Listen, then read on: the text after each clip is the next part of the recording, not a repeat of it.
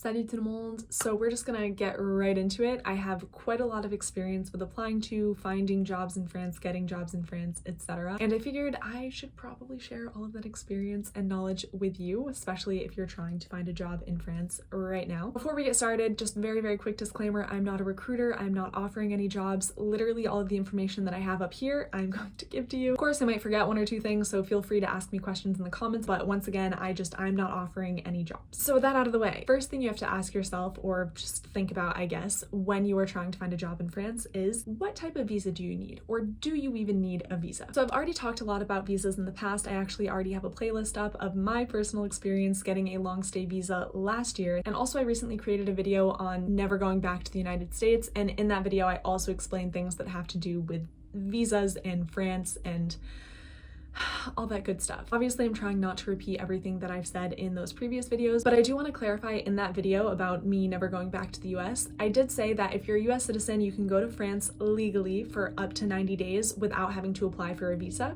which is true. But I didn't clarify that if you're going to be working in France during those 90 days, if you're going to be doing a short-term job, then you actually do have to apply for what's called a short stay visa. And then obviously, like I've said in many of my videos, if you're going to be working in France for more than 90 days, then you would have to apply for a long stay visa. Again, that is for US citizens. I do not pretend to know the situation for anybody outside of the US, or honestly, even for a ton of people in the US. So that is why I highly recommend going to the France Visas website, where you can use a little simulation quiz that will tell you whether you specifically need to get a visa to be able to legally go, stay, work in France. For now, the point that I want to get across is that you may need a visa. And like I've said a bunch of times in a bunch of other videos, you cannot apply for a visa to work in France just because you want to find a job and work and live in France. You actually have to find an employer first who is willing to sponsor your visa for you. This is so important because it's actually going to determine which types of jobs that you even apply to in the first place, because there are some job postings and announcements where employers will explicitly say that they are only accepting applicants who already have the right to work and live in France. So keep that in mind. So here's the basic timeline for finding a job in France and how that works with the timeline of getting a visa, just to be super clear. First, you're going to obviously prepare any materials beforehand that you may need for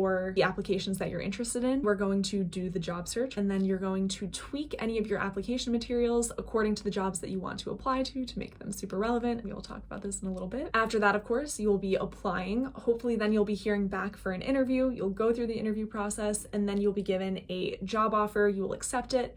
And then there will be a ton of paperwork. Honestly, the paperwork just never ends. But after both you and your employer go through very many steps in order to get the specific documents that you need for your visa appointment, you will book your visa appointment, go to your visa appointment, wait to get your visa back, and then finally fly off to France, start your life there and your job, and live happily ever after.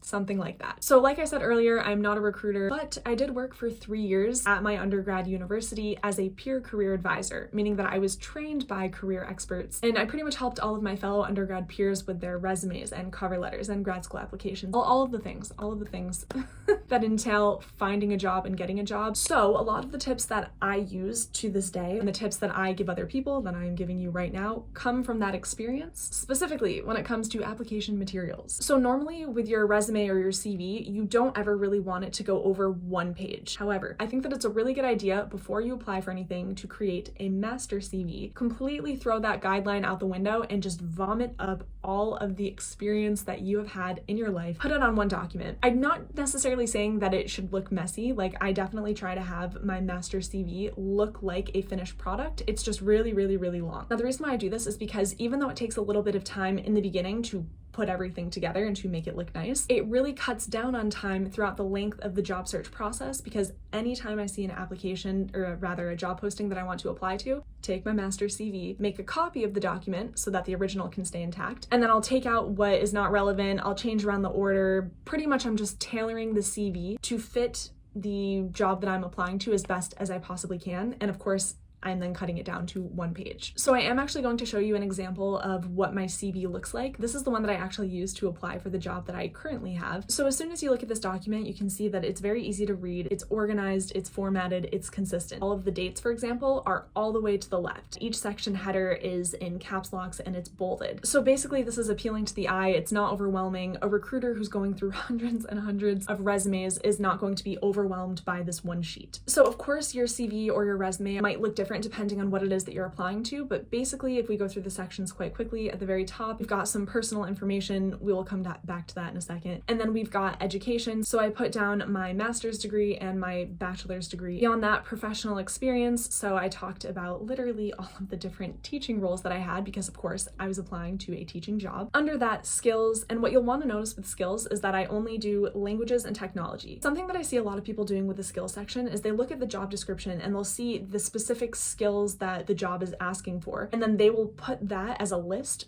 under skills. So they'll say clear communication, collaborative, organized, whatever it is. But the thing is, while it's a good idea to be paying attention to the job description, this is not the section where you want to just list out what it is that they're looking for, because that's not really actually showing them anything. It's just copy pasting. What you're actually going to do with those types of skills, which we call soft skills, those are actually going to be part of your bullet points in the previous section, which we're going to get to. Under the actual skill section, you just want to list your language and technology skills. So you'll see under languages that I listed English, French, Spanish, and Arabic, but of course my fluency levels are different in all 4 of those languages. So in parentheses, I kind of explained where I was at with each of those languages. And under technology, I wrote Zoom, Google Drive, Microsoft Office, etc. So when I was working in career services for those 3 years, we were always told that you don't actually have to put down Microsoft Office as a skill set under technology. However, I would say that if the job description specifically asks for it, then in that case, you definitely want to list it. And the final section that I have on my CV is hobbies, which we're going to circle back to that in a second. So again, your sections might look different. You might have different sections in here depending on what the job posting is looking for. But this is what I use to get the job that I have now. So I do want to take a second to talk about the things that are, I would say, quite particular to French resumes. To go back to the very, very top with the information like your name, your address, your number, your email, whatever, that's all normal. But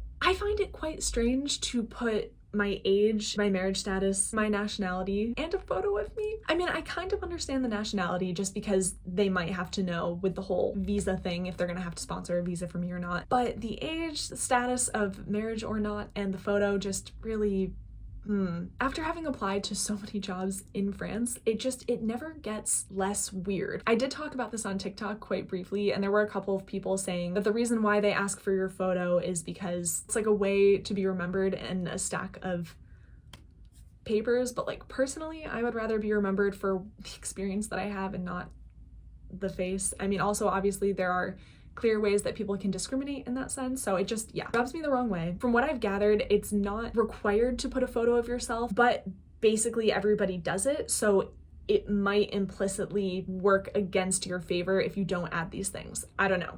I really don't know. Obviously, if you have more information on that, feel free to chime in the comments. And the last thing that's quite strange, I would say, coming from an American perspective, is the hobby section. This is something where I don't know, I think it's kind of nice that French employers want to see you as a holistic human being, but it's so strange for me to put down that I like running and I like traveling. Because I do, but anyway, so that's what I have. And I do want to talk a little more specifically about the bullet points. So remember, the bullet points are where we want to really showcase the soft skills, the skills that are listed in the job description. I have seen people, instead of using bullet points, they will write paragraphs of information. But again, from what I learned from career experts, it's just much easier for recruiters to gravitate towards the bullet points, and it's a much faster way to get the information out there. So basically, if you're going to do bullet points, which I recommend, you want to think of the bullet point itself as the word I, and then the rest of the bullet point following should make sense. So for example, for my very first bullet point, create lesson plans for classes of 15 to 18 students. If we change the bullet point to I, that sentence makes grammatical sense. I create lesson plans for classes of 15 to 18 students. You'll notice that this bullet point is in present tense, and that's because at the time of applying to this job, that was my current position. If you go to the job opportunity that was in the past, it was actually my TAPIF experience, you'll see that I wrote, for example, organized a French-American pen pal exchange. Once again, I organized a French-American pen pal exchange, makes sense. So when you're creating the bullet point, you want to keep 3 things in mind, and that is action, skill, and context. So the first word in each bullet point, you want it to be an action verb. And this is where you want to go to the job description and try to recycle the verbs that they're using. So you'll notice with my bullet points, I have create, reinforce, facilitate, grade, etc. Now, the skill, that is obviously the soft skill that you're trying to get across, a lot of times that will just end up being the action verb itself. And finally, the context. So this is really where you just want to add a bit more information in order to give the recruiter more context. And the questions that I always ask myself when I'm trying to think of what else I can say, for what purpose, with how many people, and what were the results? So obviously you might not be able to answer all 3 of those questions, but I found that it's really helpful to kind of keep those in mind when you're trying to add more to really illustrate what it is you did through the bullet point. So for example, with that first bullet point that I read to you, create lesson plans for classes of 15 to 18 students. We have the action verb create, we have the skill, creating lesson plans, and then we have the context, creating lesson plans for classes of 15 to 18 students. Whenever you can, it's a really good idea to quantify, simply because when you have numbers like that, the actual numbers 15 and 18, the recruiter's eye is going to be drawn to that, and it's just another nice way, kind of like with the bullet points, to visually break up all of the text that's on the page. So that is the CV that I used to get the job that I currently have now. I also have a French CV because some of the lector jobs that I applied to wanted it to be in French, I'm pretty sure. Basically, it's the same information, it's the same format, but I just made sure that once I redid it in French, I had a native French speaker look over it just to make sure that it was absolutely error-free. Highly recommend doing that as well. So when it comes to the language that you're going to apply in, my rule of thumb is to just go with whatever the job description or the instructions for applying are in. So if those are in English, submit in English. If they're in French, submit in French. Unless, of course, it is explicitly stated otherwise. So yeah, in addition to the CV or the resume, you might also be asked to provide a cover letter. Now, here's the thing, and you're probably not going to want to hear this, but unless a job posting explicitly states that they do not want you to send them a cover letter, then you should always be sending a cover letter along with your CV.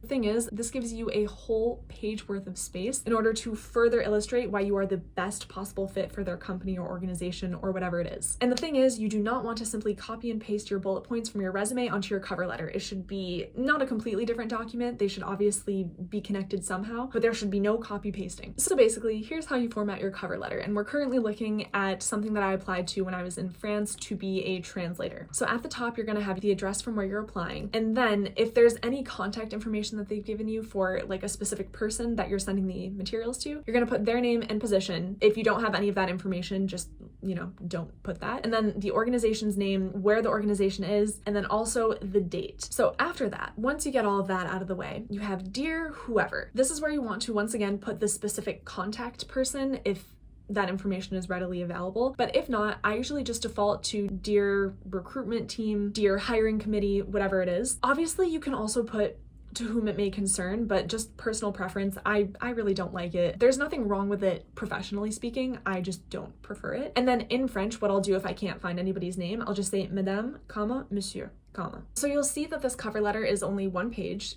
Do not go over 1 page once again, and there are 4 main paragraphs. So the first paragraph is pretty much just information that would be important for the recruiter to know, and it's also giving them a little roadmap of where the cover letter is going to go. So you want to include the position you're applying for and how you found out about it, and if someone told you about the position, definitely name drop them, but ask for their permission beforehand because the HR people might reach out to them and you don't want them to be caught off guard. As both the translator and content creator, I've cultivated the ability to collaborate with others, adapt to algorithms, and create positive content that resonates with my audience. So all 3 of those things, that is the roadmap for the cover letter. This is what I'm going to talk about, and these are definitely skills that were already listed on the job description. You'll also notice at the very end, I added a sentence as to why I'm particularly excited for this post, because at all costs, I do not want my cover letters to sound generic. You want it to be specific to the job posting that you are applying to. So the next paragraphs are where I take 1 to 2 experiences, 1 per paragraph, and I expand on them, once again, using the job description to make sure that I'm actually hitting the skills that they're looking for. So you do want to be careful and not go overboard. If you look at a job description, a lot of times there's a really, really long list of all of the skills that they want you to have. You do not have to talk about all of those in your cover letter. If you do that, you're not going to have any room left to actually show that you have the skills. So it's a much better strategy to just take a couple per paragraph and really illustrate how it is that you exercise these skills and what you can provide to the company. So we'll just look at the first paragraph together. With 7 years of experience as a freelance translator, I'm accustomed to delivering accurate translations to individual clients, often on tight deadlines. I communicate with each client to ensure a clear understanding of their expectations and keep these lines of communication open throughout the length of any given project. This way, I am able to quickly resolve any potential ambiguities within the translation and can easily incorporate any new information or instructions from my clients. Since I usually work on several translations at once, it is also imperative that I organize and adhere to a highly structured schedule, which allows me to prioritize each project according to its length and deadline. Due to my collaborative and organizational skills, I've gone on to work with several clients long-term and and am eager to provide these abilities to the company's team. So 2 skills right there, but I added a ton of context. And although I didn't show you the CV that I sent along with this application, it was not copy pasted from my resume's bullet points. Now, the final paragraph is just contact information. And when I was in the US, I would only leave my email because I did not have a French phone number. But now that I'm in France, I leave both my number and my email. Of course, I thank them for their time. And finally, at the very bottom of the page, I print and sign my name. Now, when the cover letter is in French, I basically follow the same guidelines. And like I said with the CV, I definitely have a native speaker look it over to make sure I didn't make any mistakes. But I will say there are some really weird formulaic phrases that come at the end of the French cover letter that I just find no equivalent for in English ones. So if you go to the very last line, I wrote, for example, "Dans l'attente de vos nouvelles, je vous prie de recevoir, madame, mes salutations distinguées." So here I wrote madame because the person who I was writing to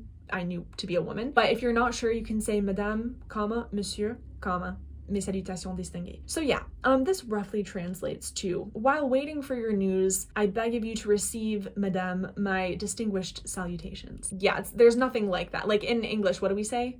Best. Sincerely. Kind regards, that's it. But yeah, so I mean, that's just like a little formulaic sentence that is very normal to put at the end of a French cover letter. That's really the only difference that I noted between my English and French ones. And the last material that I want to talk about are references and letters of recommendation. So these 2 things are slightly different. A reference is when you ask someone ahead of time, will you be my reference? And then if they say yes, you give their information to the recruiter or you put it in with your application, whatever. And then the recruiter will likely reach out via phone or email to whoever you had on the list. And then they briefly talk about, I don't know, your character, your skills, I don't know, if you would be a good fit or not for the job. On the other hand, when you ask people for letters of recommendation, or they're also called reference letters, you reach out to these people in advance, people who can, again, speak to your skills, your work ethic, your character, and then they write the letter, they send it to the organization. A lot of times you don't even get to read it unless they send it to you first. So with either references or letters of recommendation, it's just super, super important to really think about who would be the best person to speak to your abilities. My references and my recommenders have always been former colleagues, former employers, mentors, professors, people who actually know me in a professional context. And as someone who has both requested and written a ton of letters of recommendation, it's also incredibly important that you give whoever you're asking enough time to actually write the recommendation. A good rule of thumb is to reach out a month in advance to ask them if they would be willing to do it, and then in that request also include all of the necessary information. So what it is that you're applying for, what it is that they're looking for in a letter of recommendation, and what I actually learned from a prior mentor who was one of the first people to write me a letter of recommendation. He told me that it's a really good idea whenever you're asking someone for a letter of recommendation and when you tell them, oh, this is the deadline, take the actual deadline, push it up a week, and then tell them that that's the deadline. And then this way you have a week of wiggle room if they forget. Now in the meantime, don't be afraid to follow up with them. So what I do, a month in advance, I ask them, will you write the recommendation letter for me? 2 weeks in advance, I just say, oh, like friendly reminder, don't forget. And then a week leading up to the deadline, send another friendly reminder. And then 3 days in advance, once we're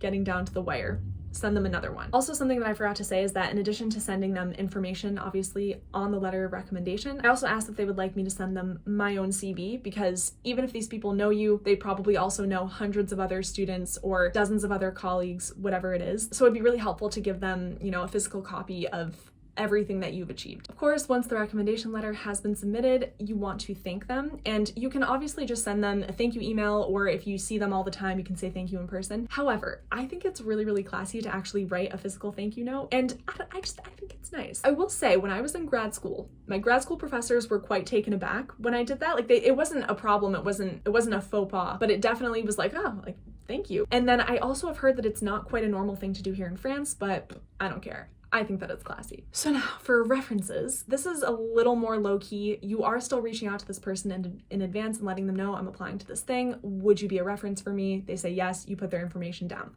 Okay. And of course, same thing as with recommendation letters. After people agree to being your reference, make sure that you thank them. Now, Once you have all of your materials together, it's time to start searching. So the two jobs that I've already had in France, I was an English teaching assistant through the program called TAPIF, and I'm currently a lecteur d'anglais at the university level. I've already talked about both of these jobs, what they entail, how to apply for them, etc. in a couple of other videos. And they're probably the most common jobs that you hear people talking about online because they are specifically created for foreigners to come work in France. Another role that I think I briefly mentioned in another video in the past is being a maître de langue. So a maître de langue is kind of like a step up from a lecteur d'anglais. From what I've gathered, you're making a little bit more money, like maybe 1,700 euros a month, but that also comes with more job responsibility. And I can't exactly speak to what these job responsibilities are because it's going to be different with every university, but hypothetically speaking, you're gonna have more job responsibilities than a lecteur. Like TAPIF and like being a lecteur, you can only be a maître de langue 2 times. So you can only do this for 2 years, and after that you would have to find another job. Even if you want to apply to another university, even if you want to apply in another city, you can no longer be a maître de langue. And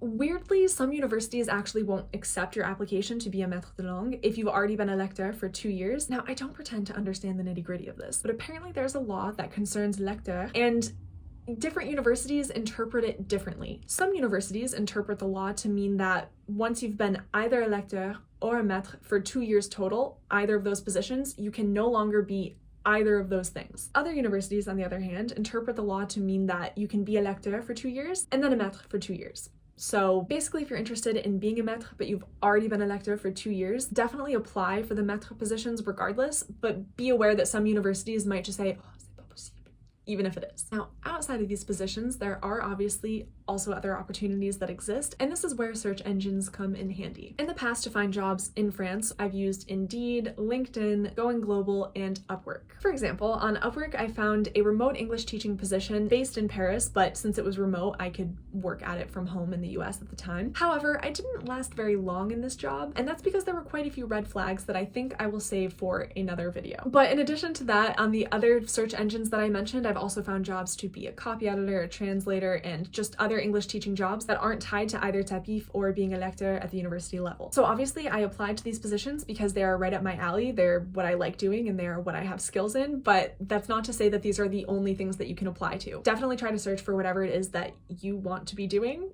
because there are, you know, a lot of jobs out there. And of course, the list on search engines is not exhaustive. There's also Pôle emploi, there's Glassdoor, there's The Local, which is super helpful if you're trying to find English language jobs specifically. And I just want to say that for any of these search engines, it's a really good idea anytime you're looking for a specific job to do a search in English and a search in French, because you never know what could come up. Now again, if you need a visa to work in France, then there are a few things that you want to look out for as you are searching on these search engines. First of all, make sure that you're applying to jobs that aren't looking for someone who already has the right to work and live in France. Once again, if they explicitly say that you already need to have valid working papers, then that means they are not going to sponsor a visa for you. Secondly, you'll want to look into both CDD and CDI job contracts. However, you should try to prioritize CDI jobs if you can. Again, I talked about the difference between these two different types of contracts in that video on I'm not moving back to the United States, but both the lecteur and maître de langue jobs are CDD contracts, meaning that they are fixed positions. After 2 years, you can no longer do them. So the CDI job is a lot more coveted because granted that you stay at the job, you can continue renewing your visa indefinitely. So I've never had a CDI job in France before, but interestingly enough, my partner had a very different experience from me. So he's a beginner in French, and he actually ended up getting a job offer for something that is not in the English teaching field. I'm thinking I actually might do a whole other video where I interview him on that and he can, you know, share his experience. So if you have any questions for him about that, please let us know in the comments. But in addition to looking for employers who will sponsor your visa and prioritizing CDI contracts, you also want to make sure at some point before you accept a job offer that the salary that you'll be getting is at least the national minimum wage, which in France is called the SMIC or the SMIC, the SMIC. So as of May 1st, 2022, this minimum wage was set at 19,747 euros a year. So you want to make sure that your yearly wage is at least this amount, not only because this is something you'll have to prove throughout your visa application process, but also because as a human being, you should be making at least the, minimum living wage. We will be talking a little bit more about salary later in the video. So now that you have started searching for jobs in France and you are likely itching to apply, what you want to do is go back to your application materials and just make sure that you're tweaking them to make them as relevant as possible for each job application that you submit. Obviously, along the way, you're also going to want to notify any recommenders or references. Now, after you've submitted your materials, fingers crossed that you will hear back for an interview. And this is the point where people really freak out, but it's totally fine. This is very exciting and it's just another step in order to get the dream job. Basically, anytime that I have an interview, I just over-prepare. I research the company or the organization itself in order to make sure that I have a handle on what it is that they stand for and to be able to answer the question why I specifically want to work for them. I also write down a whole list of questions that I then practice answering in both English and French. And the most common ones, definitely tell me about yourself. So basically the way that I respond to this is I talk about my current role, I say what it is, how I got it, and what I'm looking to do next. Basically why I'm interested in this specific position. Also definitely practice your strengths and your weaknesses, especially your weaknesses. And for the love of God, please do not say that your weakness is that you are a perfectionist. Do not say it. Instead, you actually want to choose a real weakness and then use it as an opportunity to show that you are self-reflective and proactive. Basically, you want to show how you're working and turning this weakness into a strength. So for example, in the past, I've said that a weakness of mine is the tendency to overstretch myself and to overcommit, which then results in lower quality work. So in order to curb this weakness, I've been trying to be more intentional with setting realistic expectations and organizing my tasks. So essentially, at the start of each week, I write down any projects that I have to get done. I kind of estimate how much time each of those is going to take, and then I'm able to see by putting it all down on paper how much time I will or will not have left in the week to take on more responsibilities. So basically by doing so, I'm just ensuring that I'm not going to overstretch myself and the projects that I do work on will have the highest quality of work from moi. So on top of strengths and weaknesses, you also want to practice situational questions, and these are the questions that start out with, tell me about a time when. Tell me about a time when you led a team, when you had a conflict with a coworker, when you worked with someone else, stuff like that. And also if you're applying for a teaching position, they might specifically ask you to have a demo lesson prepared. I've never had to do that for jobs in France, but I have heard about other people who've gone through that, so just definitely be aware. And at the end of the interview, when they ask you, do you have any questions for me? Make sure that you have questions. So obviously if there's something that you want to know about the position that hasn't been stated yet and that you haven't been able to find by doing your own research, then now is the time to ask that question. But make sure that the answer is not anywhere online, because if it is, then it looks bad. Other than that, I basically try to ask questions that will get the interviewer talking about themselves, because everybody likes talking about themselves. I'll ask what are the most rewarding and the most challenging parts of your job and just kind of go from there. Now, a couple of other things that are specific to French interviews. The first is, like I said before, you might be doing the interview in French. For the one interview that I had to be a lecteur d'anglais, it was mostly in English with a couple of questions in French, but you really never know, so it's just better to be prepared for fully English, fully French, or a mix of the two, obviously, unless it is explicitly stated. And if you are speaking in French, you always want to err on the side of formality. So always use vous, never use tu. And finally, a word on salaries and salary negotiations in the interview process. But before we get into that, if you're getting any value out of this video, please do give it a thumbs up. You already know that it's great for my ego, blah, blah, blah, blah, blah, but it also helps get this video out to as many people as possible. Thank you very much. Now back to the salaries. So some job listings will tell you outright what the salary is going to be or what the range is, but sometimes they won't tell you that. And if they don't, unfortunately, it is common etiquette with the French job application process to not bring up a salary as the person who is being interviewed, as the applicant, until the interviewer does or until you are offered the job. So good rule of thumb is just don't bring it up until they do. That being said, you should definitely prepare yourself beforehand in order to be able to talk about your salary expectations and to negotiate. So definitely look up the average amount that people make for your specific field in France, and also maybe what people make in the company itself. So for the jobs that I've had in tapis, being a lecteur, and then also being a maître, all of these salaries are fixed. There's no way you can, get more money out of it. But for example, once I was applying for a full-time CDD job as a copy editor in France, and the salary was not listed, I was going through the interview process, and I kind of realized I need to figure out how much they're gonna offer me. So I did a little bit of research and I found that copy editors in Paris normally make like 30 or 40K. So in my mind, I was like, excellent. 30K is going to be my minimum. However, I did a little bit more research. I went onto LinkedIn and I actually found some people who had the same position as me in the same company, reached out to them. And of the 5 people that I asked if they would be comfortable sharing their salaries with me. 4 of them responded, and it was at that point that I realized, like,